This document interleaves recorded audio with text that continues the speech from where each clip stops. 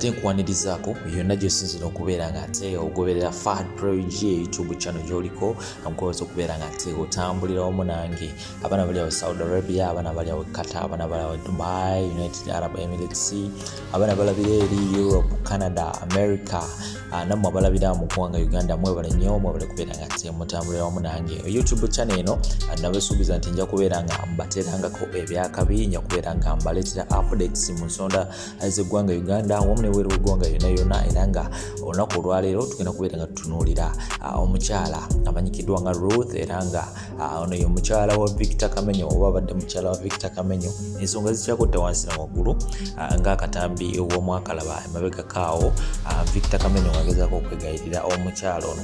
Omukyala ono Ruth bwe yabadde ku live olunaku olw'ejjo ku TikTok yategeezezza nti mwenna abaagala okubeera nga asonyiwa Victor Kamenyo mwisondesonde mwekwatekwate muweze biliyoni y'ensimbi asooke alyoka abeere nga asonyiwa omwami ono. Ensonga no zikyakutta wansi ne waggulu era nga Hope Shifa ayongedde n'akakasa ensonga zino.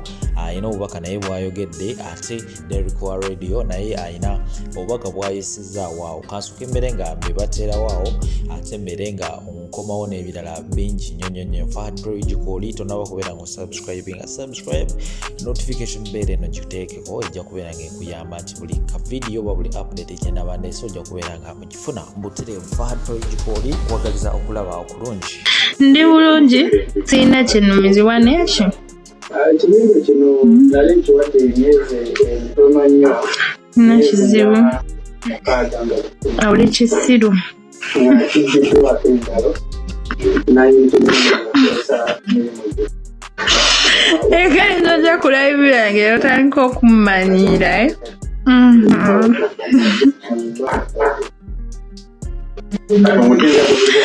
amandeetera amashunnu go galiwa tolina kwetoona nsiri Yesu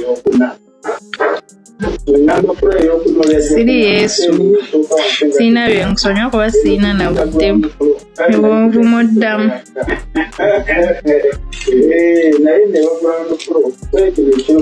nkebe tukusaasira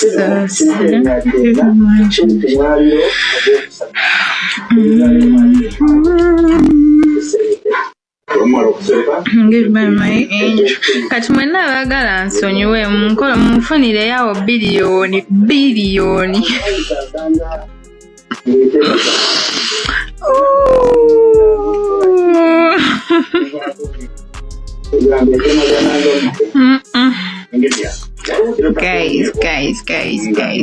Guys. Oh my, not Jesus. Me, I'm not Jesus.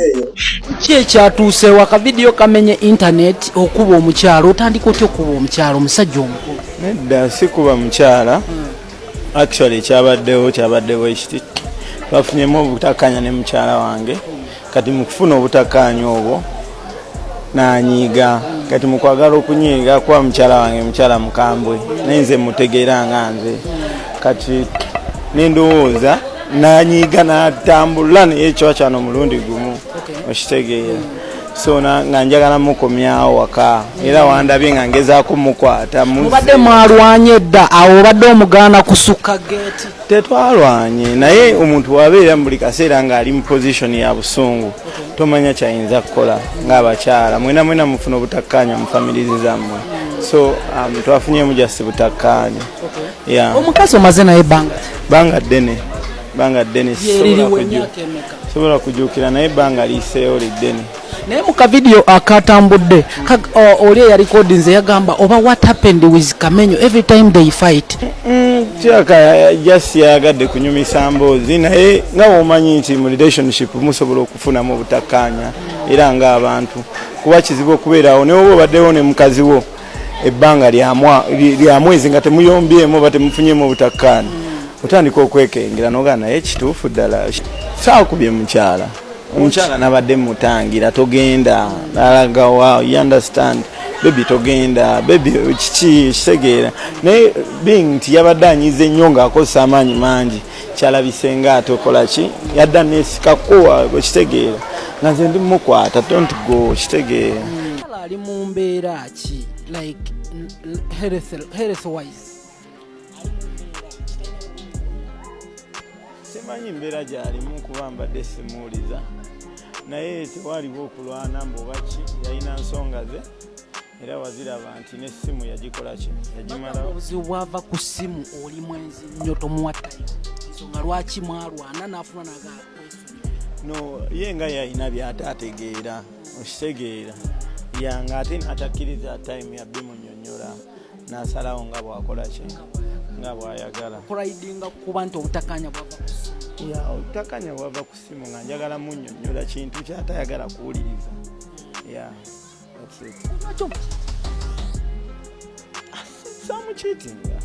samukiitinga naye just ye ayina engeri gye yakitwalamu ate nga si bwe kyali bannange zino ensonga za Victor Kamenyo bwetabeera stunt nga si stunt then abakazi kyemwagala temukimanyi it is very hard to find a guy who goes miles for you in this generation ate mwene economy. Yes, bannanga abasajja abalina laavu eyaddala abasajja abaagala ebyaddala mu nsi tulimu batono nnyo. Mu Uganda okusinziira ku research gye nakoze tuli abasajja 13 fekka of which 7 bali eno mu Europe bali eno mu nsi z'abazungu. Abasatu bali mu Uganda wenjogerera, omu ali South Africa oyo Bawazari, omulala ali Dubai sorry mbadde ne balidde Dubai navaayo kitegeeza Dubai tewakyali nze yaliyo eyali abakiikirira navaayo abaliyo bonna kati bafere ba laavu, in fact bava mu kufeera laavu kati bo bafere ba visa, so abalino abasajja Dubai mwe mbasaasidde nnyo. Bannange Victor Kamenyo okwetondera omukazi nkiwagira naddala ng'omusobezza ate ng'obadde omwagala n'omwetondera omulundi ogusooka, ogwokubiri naye ogwokusatu bw'aba agaanye oyo mute mugana wange n'ensi erimu billions and billions of women. Ate abakazi abo ab'amabina bannange, abakazi ab'amabina bamanyi baamalayo, abalinamu amabina abeeru abo si bafumbi batono nnyo abafumba abakazi abo. Era muganda wange kyenyinza okugamba mukazi waba aganye mute ajja kutuuka kunoonya, agenda kunoonya oyo zenkubula naye nga takyasobola kufuna kyokozeeko kimala, teri atakirabye ogezezzaako kikazi kiremye. Mukazi mute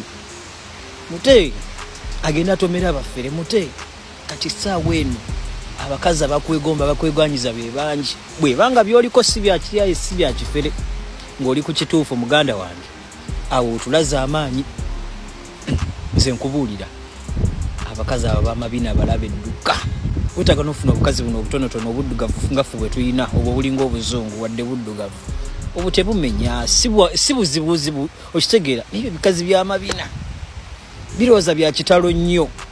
Bannyaba ab'amabina ab'amafuga temuli ba kitalo nga bwe mulowooza. Toyinza kulumya musajja bw'otyo, abasajja toli babbula. Era nanga nina tanta yanyweza ati oba yandoga bulozi yanyweza ati kuba kyalina akimanyi.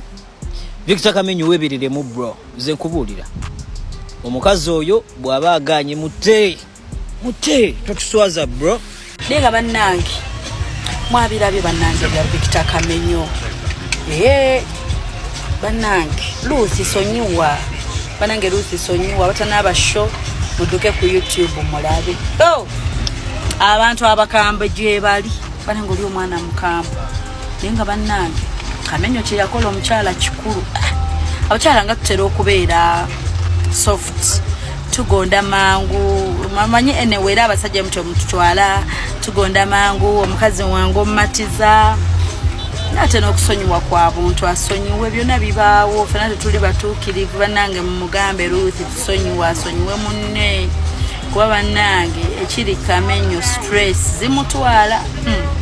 Okwegumya kubaawo naye nga bannange bwe mwagumye munne si byangu wadde n'akatono. Kamenyo yatadde eri yenna ebitiibwa bye n'ateeka eri buli kimu n'afukamira ne yeeyala ku ttaka nze bannange abantu bagale bannaabwe naye oli omwana ayagala munne.